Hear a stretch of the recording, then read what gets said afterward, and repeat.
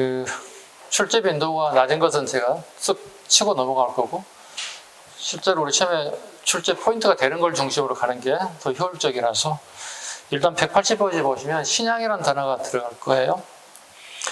자, 향전. 자, 뭐 싸운다는 거죠. 전쟁을 전자, 싸울 전자가 들어가 있죠. 자, 향전 봅니다. 기존 향천 세력인 구향의 밑줄 그어봐. 구향. 사족과 유림들, 지방에 거주하는 사람들, 중앙 관직에서 밀려난 사람들, 권력 다툼에 밀려난 사람들을 구향이라 불러요. 그리고 새롭게 등장한 사람들 신향이라 불러요. 우리 여러분들 혹시 아버지 고향 시골에 갔는데 갔더니 전부 다 김씨만 살아요.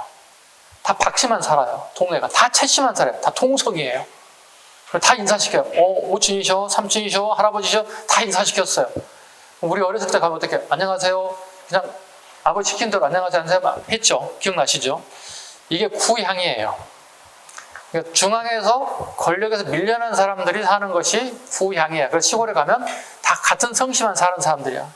그래서 여러분 여쭤보셔야 돼요. 아버지한테. 우리 김씨가 이 마을에 산 건 한 200년 되셨겠네요? 어떻게 알았어? 이걸 구향이라고 불러요. 뭔데 그게? 중앙 정치 권력으로부터 밀려난 사람들을 얘기합니다. 같은 통성 마을을 형성하게 돼요. 이해 가셨죠? 그리고 어떻게 새로운 신향이 등장하겠지. 뭐 신향은 어디서 근무할까? 고향이 아니라 서울로 올라오겠지. 왜? 권력기관이 가장 여기 다 있으니까. 그럼 여기는 통성 마을이니까 서울은 통성 마을이 아닐까? 김씨, 이씨, 박씨, 채씨 다양한 성씨들이 사는 거야. 이걸 신향이라 불러. 오케이? 자, 구향과 신향이 치열하게 싸우는 시절이었다. 후기에 되면 향거를 두고 싸우게 됐다. 자, 전개 갑니다. 정부는 조세수치 협조적인 신향을 적극 활용하는 대신 납속이나 향직의 매매를 통한 신분상속의 합법적인 길을 열어주었다.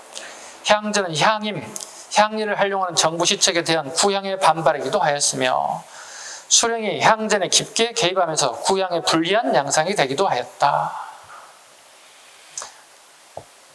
자, 이건 그렇게 깊이 공부하지 않으셔도 돼요. 출제 빈도수 거의 없어요. 선택지 지문에 하나 정도 나올까 말까. 그러니까 동성마을이냐 이성마을이냐 구분하시면 돼요. 전성기는 어떤 시기 요것만 착착 보시면 돼요. 그 다음에 농민층의 분화 오른쪽에 보세요. 소작권 인정 도조법 보겠습니다. 소작권. 대대로 경작했거나 원래 소유했던 토지, 직접 개간한 땅의 소작권을 인정하는 걸 소작권 인정을 보고 있습니다. 도조법, 타조법 봅시다. 수확량의 절반을 소작료로 납부한 것을 타조법이라고 합니다. 좀 2분의 1이 되는 거죠. 도조법은 3분의 1이라고 적으면 돼요. 그것만 잡으면 2분의 1, 3분의 1 적으면 돼요. 도조법 2분의 1, 타조법 3분의 1. 어떤 게 더 농민에게 유리할까요? 도조가, 타조가. 타조가 유리하겠죠. 네, 그것만 구분하시면 돼요. 다음 페이지.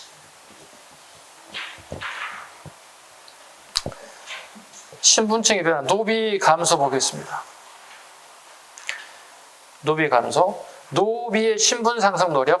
군공을 세우거나 도망하여 신분의 굴레에 벗어나고자 노력하였다. 노비, 도망 노비 증가. 다른 지역으로 이주하여 임노동자, 임금 만든 노동자는 줄임말이에요. 임금 받고 일해주는 노동자. 우리 요즘 전문용어로 노가다입니다. 쉽게 얘기해서. 일당 받고 일하는 분들을 얘기하는 겁니다.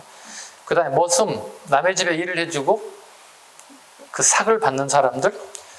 하전민으로 산속에 올라가서 산의 일부 나무를 불로 태워서 거기에 땅을 일구는 사람들. 하점이라고 그러죠. 그 다음에 노비 제도의 변화, 배경, 군역 대상자 확보와 부족한 재정 보충을 하기 위해서 노비 제도 변화가 오게 됐습니다. 오른쪽 바로 갑니다. 군공을, 전쟁에 나가 공을 세운 사람들에게 양인으로 해방시켜줬다. 당연히 해야 될 거 아니겠습니까, 이거? 노비 정모법, 별표, 빈출, 앞에 적어 빈출. 이용조 때 어머니 신분에 따라 자식의 신분을 결정하였다. 보시죠. 남자 노와 그 다음에 양인의 엄마 여조 결혼해 태어난 자식이 태어난다면 이 자식의 신분을 어떻게 할 거냐? 종모니까 어머니 신분을 따라간다는 거야. 그래서 이걸 다 노비 정모법이라고 불러요. 종모니까 어머니 신분을 따라간다. 그 사람은 양이 되는 거죠. 즉 양인의 숫자가 되게 감소했기 때문에 양인의 숫자를 증가시킬 필요가 있다. 세금도 걷어야 되고 군대 갈 사람도 많이 만들어내는 논의이 되겠습니다. 공노배방 순조 때 이거 이미 설명드렸습니다. 분명히 6만 6천여 명의 공노비를 서방했다. 원래 아버지였던 정조는 공사노비를 다 석방시키려고 그랬어요. 그런데 계획을 세워놓고 실천하지 못하고 사망해버렸지. 그래서 아들 때 와가지고 만든 게 공노비만 6만 6천 명 해방했다. 1894년 우리나라 정식적으로 신분제도가 해방된 게 1894년 갑오 기획입니다. 그 다음에 중간계층의 성장. 서울과 중인이 성장됐다. 서울과 중인. 이 신분층이 성장하게 됐다. 서자와 을자의 합성어입니다. 그죠? 이건 아시죠? 아버지가 양반이라고? 그죠?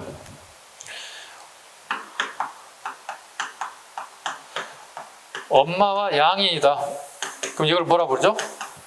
서자라고 부른다고? 양반과 엄마가 결혼인데 여기가 노비의 비예요. 최하층미죠? 그럼 여기에 태어난 사람 우리가 부른다? 을자라고 부른다. 합성을 합치면 되면 이건 설이라고 보통 얘기한다. 홍길동제 이 못난 아들 아비를 하지 못하고 이 못난 서자 이렇게 해야죠. 홍길동이 신분은 뭐가 되는 거야? 이 못난 서자라고 그랬잖아요. 아버지는 양반인데 엄마가 양이기 때문에 일반 백성이기 때문에 본인 신분이 서자가 됐다는 뜻이죠. 본인의 엄마가 노비가 되면 비가 되면 어떻게 해요? 을자라고 부르죠. 그래서 서울들에 대한 차별도 되게 심했죠. 그죠? 서울들이 주로 나갈 수 있는 게 뭐죠? 공부 아무리 잘해도 문과와 작가밖에 갈 수 없었다는 거죠. 절대로 갈 수 없는 게 뭐죠? 문과는 절대 갈 수 없었던 거죠. 신분제에 대한 분례가 여기 있었죠.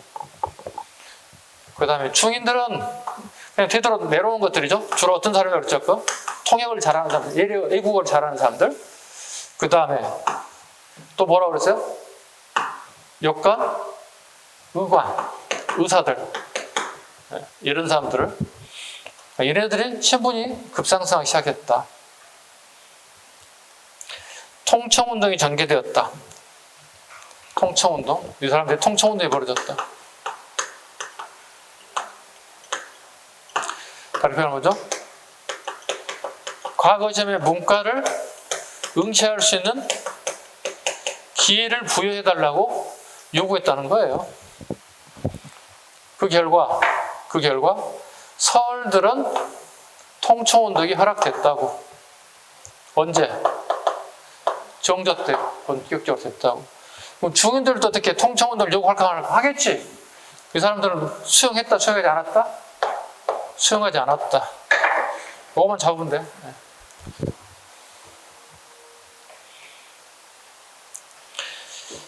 그 다음에 제일 밑에 이항문학 가봅니다. 이항문학.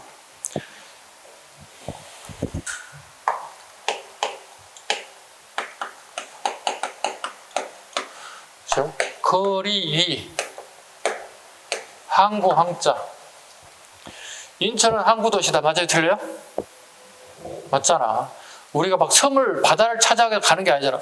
여기까지가 인천 도심지 이렇게 응? 도심지라고 이렇게. 근데 여기 바로 바다가 있어. 바로 배가 떠 있어.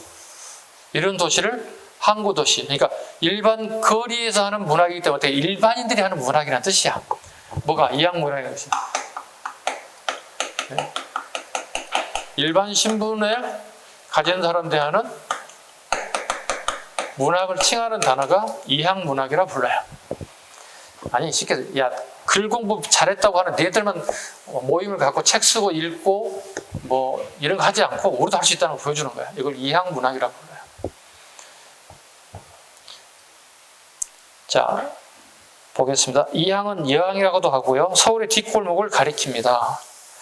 조선 선조 때 싹트기 시작한 중인 서울 여러 서리 출신 하급 관리와 평민들에 의해서 이루어진 문학입니다. 여항 문학 또는 중인 문학, 서리 문학이라고도 합니다. 18세기 인왕산을 근거지로, 그러니까 서울의 서쪽에 있는 산을 인왕산이라고 그러죠. 인왕산을 근거지로 옥계시사, 19세기에 청계천을 중심으로 육교시사 등에서 문학 작품을 읽고 쓰기 시작했다. 옥계시사와 육교시사는 밑줄 긋습니다. 이 포인트 가 있죠. 그러니까 산에 올라가서 건물 하나 짓고 지네들끼리 만나서 뭐 주별 모임을 한다든가 월별 모임으로 미팅을 한다든가 해서 자기가 써온 글을 갖다 발표하고 토론하고 하는 문학이에요. 왜 이런 걸 할까요? 양반 놈의 새끼들 이걸 하는 거야. 응? 양반 놈의 새끼 모여가지고 술 한잔 먹으면서 시 쓰고 글 쓰고 발표하고 하고 술잔을 만들어서 막 이거 하는 거야. 지네들 일종의 뭐죠? 특권층의 어떤 그 문화처럼 자리를 잡았어. 근데 얘네들이 보니까 별거 아니거든. 그 내용이 수준이 별로 높지 않다고 보는 거야. 얘들 보니까 뭐야? 저 정도 가지고 술 먹고 박수치고 속된 말로 생 지랄이야. 우리도 할 수 있지 않냐? 하자 우리도. 그게 나온 게 옥계시사, 육계시사예요. 우리도 하자. 근데 저 새끼들이 보는 데 하면 안 되니까 욕먹으니까 저 산 올라가서 하자. 안 보이는 데 가서 하자. 다음 페이지. 관련 서적이 있습니다.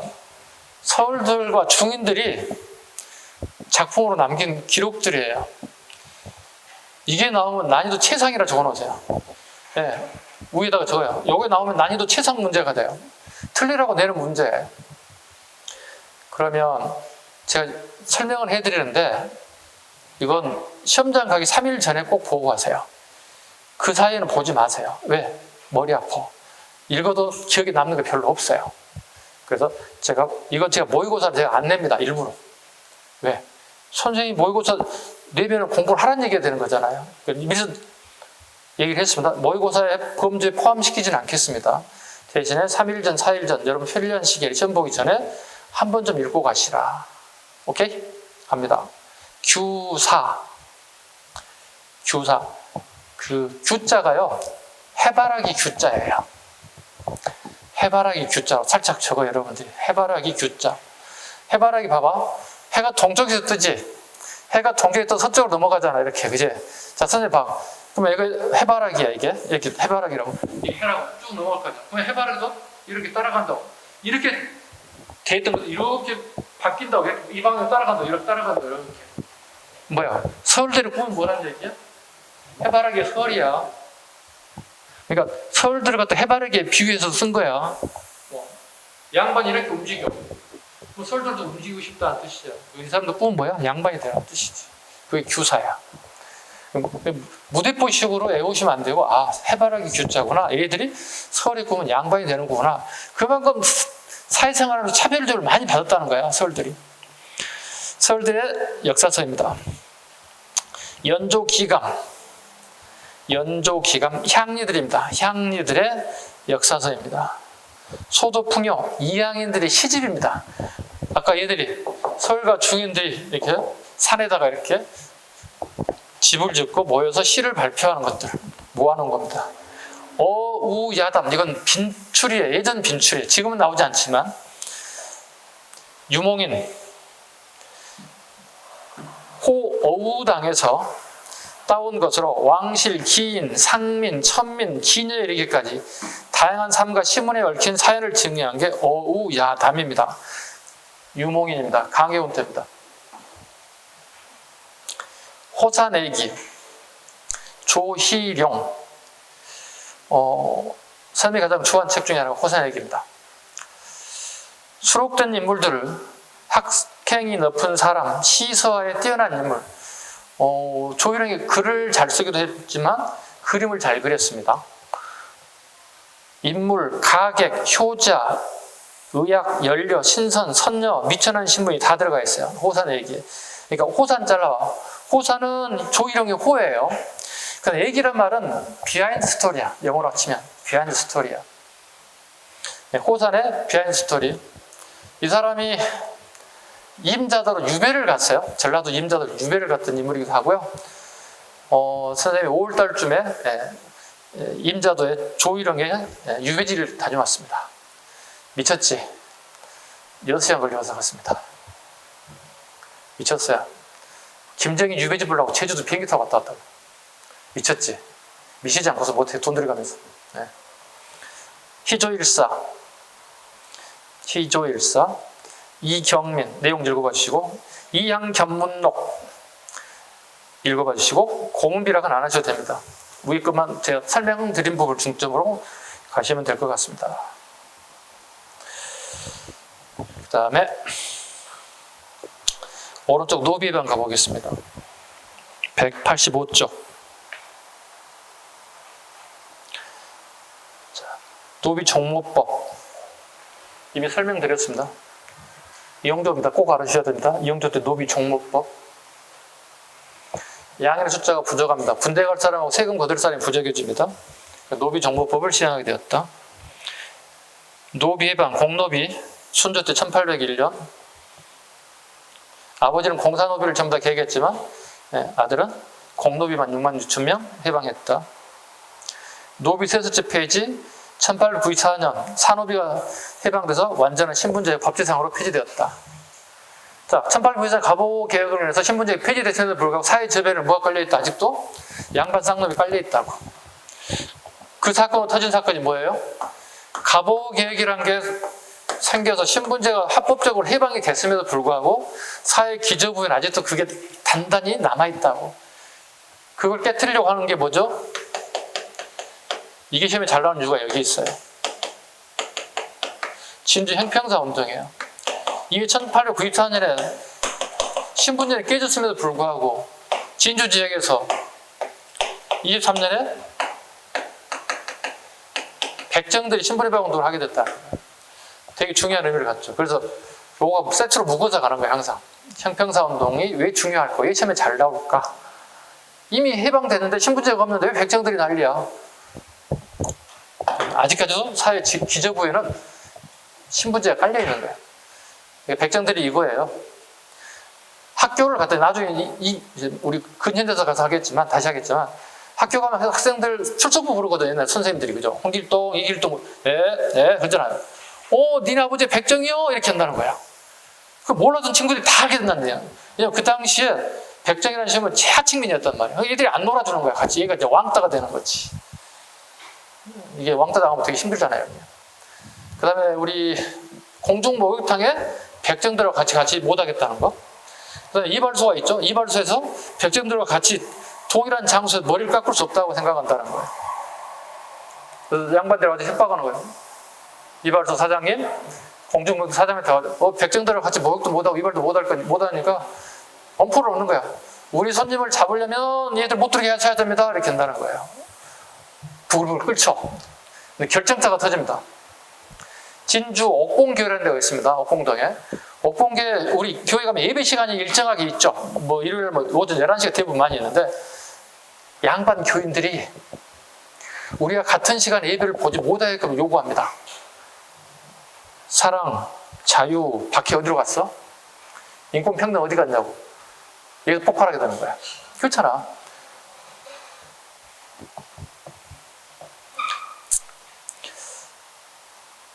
그 다음 185쪽 향촌 질서변화의 내용 하나 보겠습니다. 족보. 이걸 포학이라고 불러요. 포학의 맺을 거예요. 족보를 학문으로 발전시키는 거야.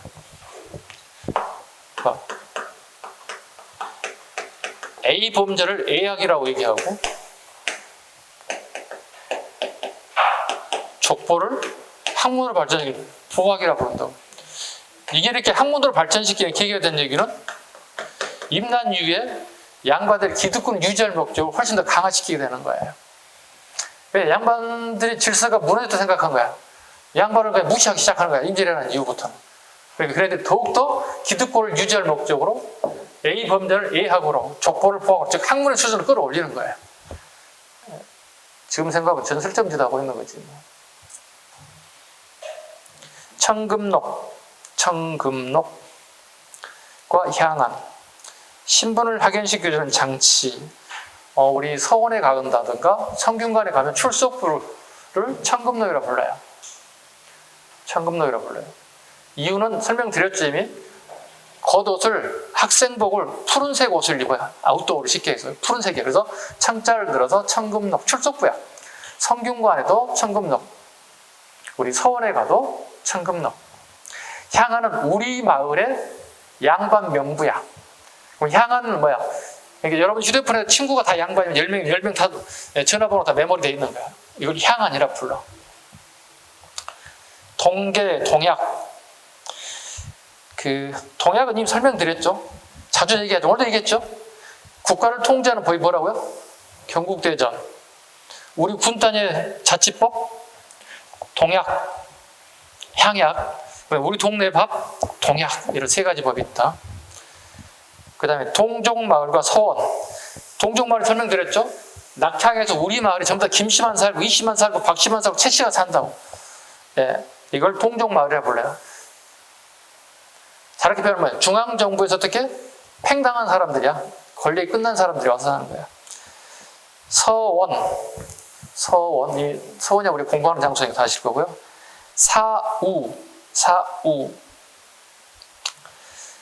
사우를 볼까요?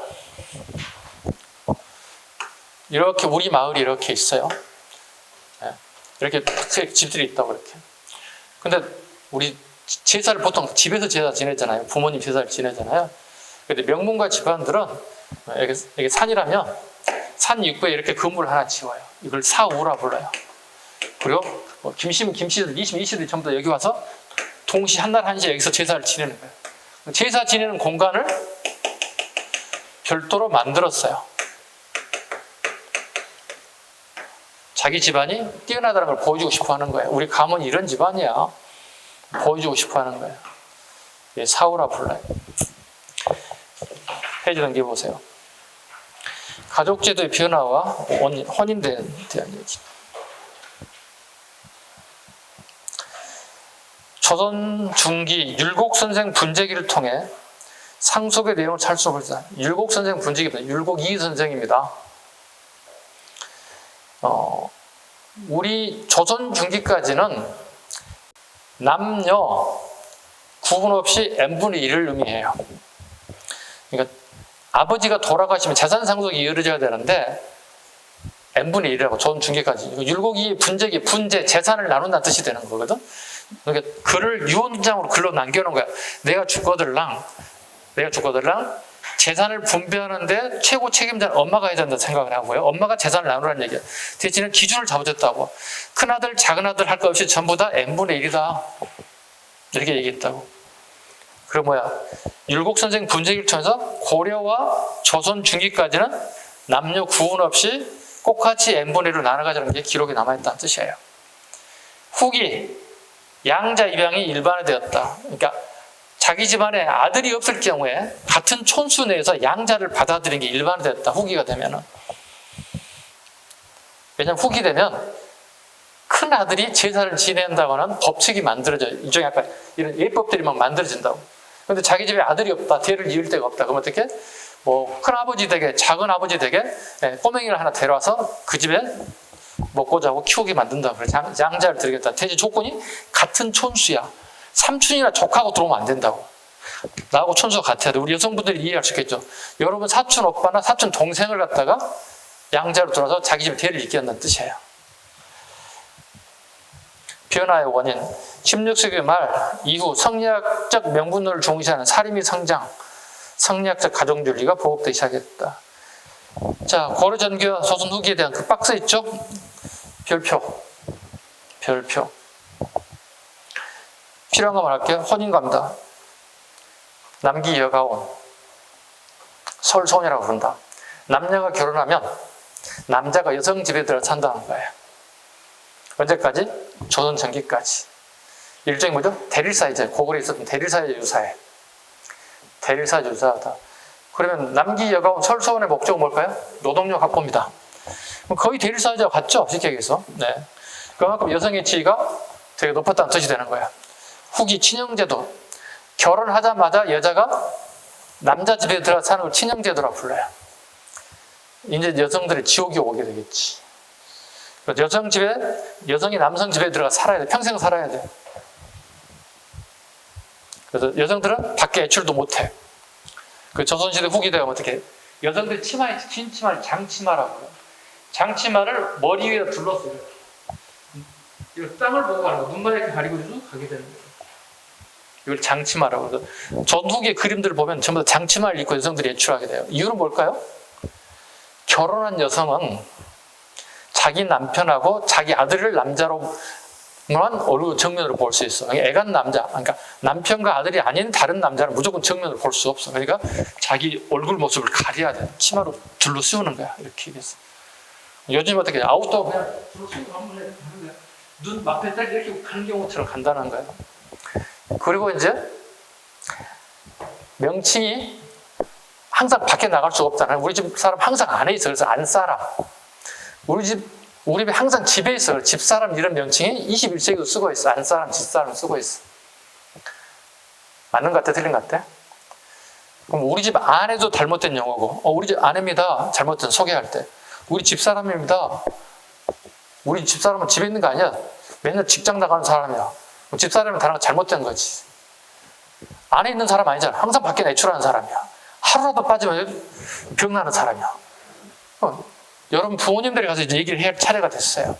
또 여성분도 앞으로 결혼하게 된다면 남편한테 얘기가 돼. 야, 너 나한테 안사람이라고 하지 마. 집사람 하지 마. 시대 21세기야. 조선시대 것 써먹으면 안 된다 얘기해야지. 교육시켜야 돼. 왜? 남자가 모를 수 있어. 당연히 몰라요. 대한민국 남자들 안사람, 집사람 당연히 아버지 했던 그들 똑같이 따라해. 그래서 여러분들 먼저 할 거면 집에 가서 아버지한테 교육시켜야 돼요. 아빠, 오늘부터는 우리 엄마에게 안사람, 집사람 용어를 쓰시면 안 됩니다. 왜? 우리 엄마가 항상 안에 있어요? 항상 집에 있어? 맨날 나가시잖아요. 이거 조선시대 쓰는 용어들이에요. 그래서 바꾸시기 바랍니다. 네. 여러분이 교육입니다. 아버지에 대한 교육입니다. 교육은 시키셔야 됩니다. 몰라서 안 하는 거예요. 몰라서. 네. 재산상속, 균분상속 n분의 1, 후기 장자우선. 계승. 아들이었으면 딸, 내손이 계승. 족보에 모두 기재되었다. 여자도요. 족손 후기는 부계 위주의 족보입니다. 남성 위주의 족보가 그려집니다. 네. 주거지, 처가 이주, 존후기, 동성마을. 김씨만 다 살아, 이씨만 다 살아. 무슨 말인지 아시죠? 서울에 살다가 찌그러졌다고, 고향에 낙향했다고. 그리고 자기 마을 다 같은 동시들만 산다는 거예요. 중중이 형성됐다. 특징, 여성의 사회 진출에는 제한이 있으나 남성과 대등했다. 후기, 가부장적 종법 질서. 종이는 위에서 내려오는 거 이렇게. 종법 질서. 이건 종. 그 다음에 적서차별, 적자와 서자. 뭐죠? 적자와 서자 할 때 적장자라고 해서는 아버지하고 엄마하고 똑같이 정부인이 되는 거. 아버지가 두 번째 부인을 세 번째 부인을 갖다가 적서가 차별이 됐다는 뜻이죠. 아빠가 결혼을 부인을 열어두는 것 자체가 문제가 있는 거 아니에요? 그렇죠? 우리 선생님 어릴 때도 이런 경우 있었어요. 집에 그 친구들 보면 자기 엄마가 첫 번째 부인이 아니고 두 번째 부인인 경우 있었어요. 그래서 저희 집은 모르는 상황이라서 깜짝 놀라기도 했죠. 오, 그래? 더 이상 질문할 필요가 없잖아요. 네. 그런가 보다 하지 굳이 남의 집 사정을 우리가 꼬치꼬치 키울 이유는 없으니까. 부계 친족 중심, 그다음에 친형제도. 결혼하자마자 남자 집에서 하는 제도로 갔다가 친형제도로 갑니다. 혼인 풍습 조계원이다. 기본적으로 조계원. 같은 성씨끼리 결혼을 못하게 하는 겁니다. 첩소생에 대한 차별 정책이 이루어졌다. 법적으로 남 15세, 여자 14세. 법적으로는 요즘쯤 중학교 한 1학년, 2학년 정도 결혼할 수 있다는 얘기가 되겠죠. 혼인 실제는 모두 남녀 20세 전후에 혼인이 이루어졌다. 인구 변동, 경상, 전라, 충청도에 50%, 농경사에 50%가 살고 있고요. 경기, 강원 20%, 평안도, 황해도, 함경도에 30%가 거주했다. 후기로 갈수록 한성에, 서울에 몰려있다. 호적, 되게 잡다한 게 많죠. 3년마다 작성한다, 밑줄.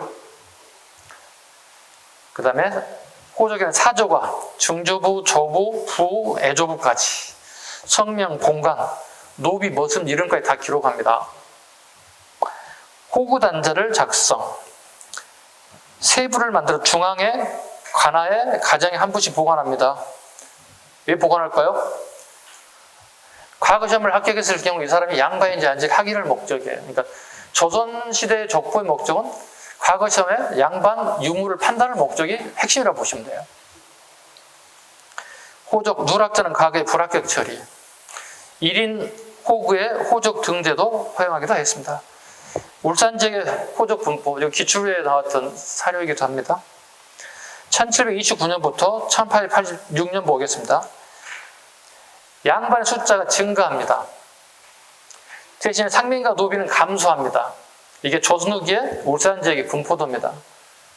여러 가지 원인이 있죠. 이 임진왜란 이후에 나타난 현상들이죠. 가장 기본적인 게. 양반이 증가되는 이유가 여러 가지 있죠.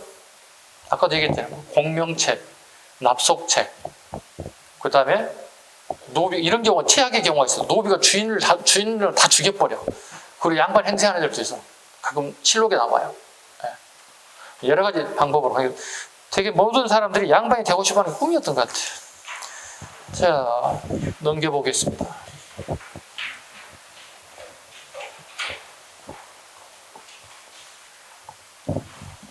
야, 애매모호하다 이거.